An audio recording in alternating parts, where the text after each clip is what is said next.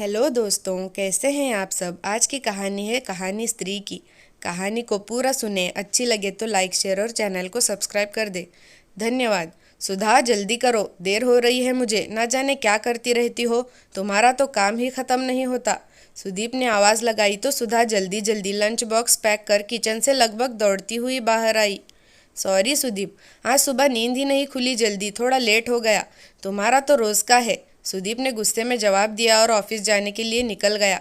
सुधा बुझे मन से वहीं खड़ी सुदीप को जाते हुए देखती रही। काश सुदीप एक बार ऑफिस जाते हुए मुड़कर देख ले, लेकिन ऐसा हुआ नहीं। सुधा अपने मन को समझाते हुए अंदर आ गई और बच्चों को ले स्कूल जाने की तैयारियों में लग गई। बच्चों के जाने के बाद वह घर की साफ सफाई और बाकी के काम करती थी।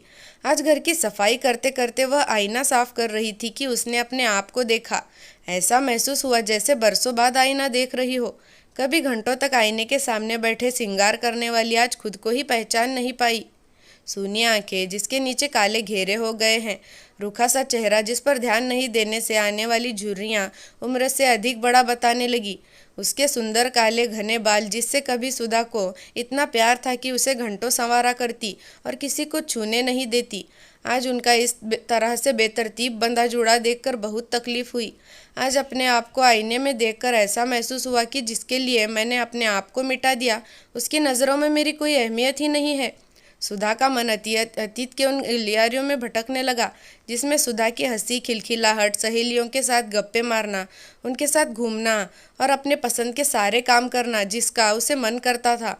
उसका सुंदर रूप जिसे देखकर दादी हमेशा कहती, तू तो चांद का टुकड़ा है लाडो, तुझे जो वर कर ले जाएगा वह बड़ा ही सौभाग्यशाली होगा। पढ़ लिख कर हमेशा अपना एक नाम, एक वजूद बनाने की चाह न जाने कब और कहाँ खो गई इन जिम्मेदारियों के बीच। आज उसे ऐसा लग रहा था कि जैसे सुधा तो कब की मर चुकी है, यह तो सिर्फ एक चलती फिरती जिंदा लाश है। सब कुछ खोकर भी कुछ ना होने का कांटा सा चुभने लगा। तभी फोन की कर्कश ध्वनि सुधा को वर्तमान में लाई।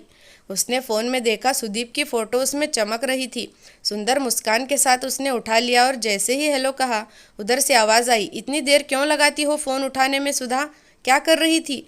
जो वो, अच्छा सुनो, शाम को मेरे कुछ फ्रेंड आने वाले हैं तो उनके लिए भी डिनर बना लेना, और मैंने कुछ सामान भेजा है उसे ले लेना, ठीक है। इतना कहकर सुदीप ने फ़ोन काट दिया। सुधा कुछ देर फ़ोन को देखती रही, फिर तैयारियों में लग गई।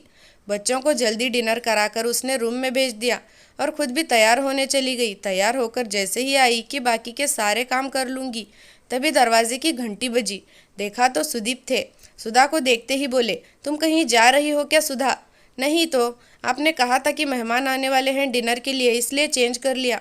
तुम्हें उनके साथ बैठना तो है नहीं, फिर यह सब करने की क्या ज़रूरत थी। सुदीप कहते हुए रूम में चला गया। सुधा समझ ही नहीं पाई कि क्या कहें। बालों का जूड़ा बनाकर, कमर में साड़ी का पल्लू लपेटकर फिर किचन में लग गई। थोड़ी देर बाद सारे गेस्ट भी आ गए। फिर सबका नाश्ता और औपचारिक मुलाकात के बाद सुधा डिनर की टेबल लगाने लगी। सभी खाना खाने का आनंद ले रहे थे और गपशप कर रहे थे कि ऑफिस में काम करने वाली लड़कियों की बात छिड़ गई। उनके कपड़े, उनके श्रृंगार और उनके चाल चलन का न जाने क्या क्या चर्चा का विषय होने लगा। एक ने कहा, लड़कियों को ऑफिस में काम ही नहीं देना चाहिए, वह घर के काम करते ही अच्छी लगती है। तभी सुदीप ने कहा, सही कह रहे हो, उन्हें जितना बांध कर रखो उतना ही समाज सही रहेगा, क्राइम कम होगा। मुझे तो पहले का ही रिवाज ठीक लगता है। घूंघट करके जब औरतें रहती थी, घरों से बाहर नहीं जाती थी, और जब जाती भी तो किसी के साथ जाती थी। अब बाहर निकलकर कौन सा तीर मार लेती है। आज भी तो घर का सारा भार हम पुरुष ही उठाते हैं, तो क्या ज़रूरत है यह सब महिला सशक्तिकरण का नाटक करने की। फिजूल का सबका दिमाग खराब कर रखा है। आज सुधा को सुदीप के विचारों को सुनकर ऐसा लग रहा था जैसे किसी ने उसे जिंदा भट्टी में झोंक दिया है। उसके अंदर जैसे ज्वालामुखी फटने लगा। वह अपने आप को रोक नहीं पाई, क्योंकि बात सिर्फ उसके अपमान की नहीं थी, बात समस्त स्त्री जाति के सम्मान की थी। बड़े सुंदर विचार है तुम्हारे सुदीप, और तुम्हारे इन मित्रों के भी। तुम लोगों को लगता है कि हम औरतें करती क्या है। काश तुम लोग यह समझ पाते कि औरत ईश्वर की सबसे खास रचना है। तुम लोगों को जरा सी चोट लग जाए या एक हड्डी टूट जाए तो इतना चिल्लाते हो। काश वह दर्द महसूस कर पाते जब हम एक बच्चे को जन्म देते हैं, जो कि 20 हड्डियों के एक साथ टूटने के बराबर दर्द होता है। और उस पर यह सुनने को मिलता है कि औलाद पैदा करके कौन सा महान काम नहीं किया है। तुमने कभी उसे घर से निकाल देने की तो कभी उसे तलाक देने की धमकी देते हो, और अगर इससे भी संतुष्टि ना मिले तो उसके माँ बाप को बुलाकर उन्हें जलील करते हो। लोगों को क्या लगता है कि औरत कोई खिलौना है जिसे जब चाहा खेला और तोड़कर फेंक दिया। अकेली औरत को देखकर तुम पुरुष उस पर दानों की तरह टूट पड़ते हो। हम तो ऐसा नहीं करती अकेले पुरुष को देखकर। तुम पुरुष कहीं भी अपनी पैंट खोलकर लघुशंका करने के लिए खड़े हो जाते हो, और दोष हम औरतों पर कि हम समाज को दूषित कर रहे हैं। अगर यह कह दे कि हमारा तन मन हमारा है, इस पर हमारा पूरा अधिकार है, हम जिसे चाहे दे, तो समाज और मर्यादा का उल्लंघन है। सिर्फ औरतें ही विवाह के समय दान में क्यों दी जाती हैं, मर्द क्यों नहीं? क्योंकि मर्दों में दूसरे का घर बसाने की शक्ति ही नहीं है। अपनी कोख से बड़े बड़े पीर वीर पैगंबर जनती है, फिर भी यह पुरुष समाज कहता है औरत नरक का द्वार है। उसे जन्म से चुप रहना सहना सिखाया जाता है। जहाँ उसने अपने सम्मान और रक्षा के लिए आवाज़ उठाई, मार दी जाती है। अपने वात्सल्य और छाती से जीवन सींचती है, और उसे छाती के कारण तुम जैसे लोगों की गंदी नज़रों का शिकार होती है।